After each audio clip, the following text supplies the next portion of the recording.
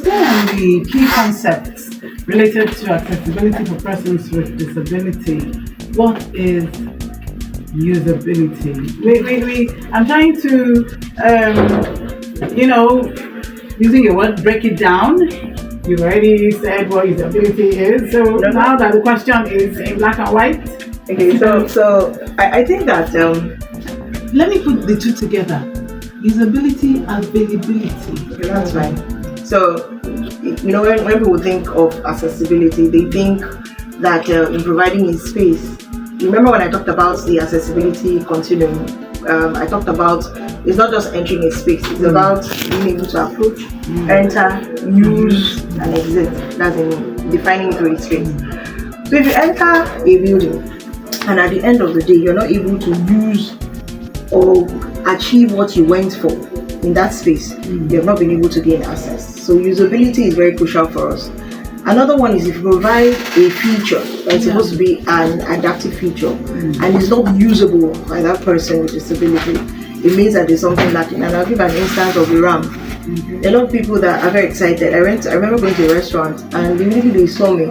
I don't know whether they built the ramp really, but they're very excited about their ramp. And I was like, okay, let's go use your ramp, So when we got there, immediately I saw it, I knew that I would not be able to use the ramp. Okay. So, yes, because they had provided it, but what happened, there were two things that were missing from that, but there were three things that were missing for the ramp. Number one, the angle of inclination, the slope was too steep. Okay. So it become a hazard to me if I need to go on that incline. Yeah, you just saw it. Yes, it's a very hazard for everyone. The second thing was that they didn't consider that after you climb the ramp, there should be a landing where you will now balance first before you now move. Yes, so these were those like almost going to the wall or to the building. Really? And then the last one was that there was no railing. So even with the steep angle, if there were maybe railings, we would be able to walk it out. So it was provided for. They were very excited. And when I did, no, we'll help you. And then the young man, when he just advised himself that you better go and use the steps or else we might have issues. So that's the thing about usability. So don't just let it be useful, let it be usable.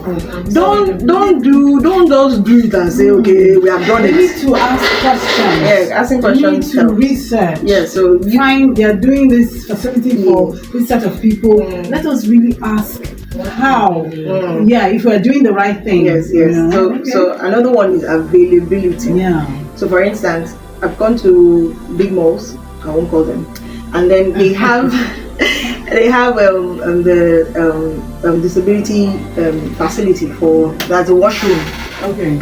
So it's big, it's beautiful because I've used before, and it's usable, everything. But then we went there and it was not available. Why? Because somebody had locked it and taken the key. Serious? Wow, the public stuff. Yes, because their mind is special, so it's like woo. So they had locked it, and nobody knew where the key was. So see them running up and down. So yes, that space is very usable. If I'm able to access it, it is a beautiful space. But it was not available to me at the time I needed it. Another one I would say is like car parking. That's another thing I find intriguing. I don't understand why Nigerians think that wheelchair parking or disability parking is for big cars. It's beyond me. I don't understand. So how did you come to that? So we try to educate the guards there that sir, it's not for all the big cars. All the people you feel are VIP and Uibo, that's not what's happening. That this symbol is for persons with disabilities. Okay. So that's an example of something being provided but not available to you. And the people who provided these things did not even educate those who will, coordinate it. Yes, coordinate. So we learn that in this space, education and awareness is so crucial. You cannot stop. So you continue to let people know what this is for, what that is for. So that's the concept of usability and availability. I'm loving this show right now. We're listening to the program Disability Rights Initiative Project DRIP on radio. I got so carried away. I did not remember to include our listeners. Come on.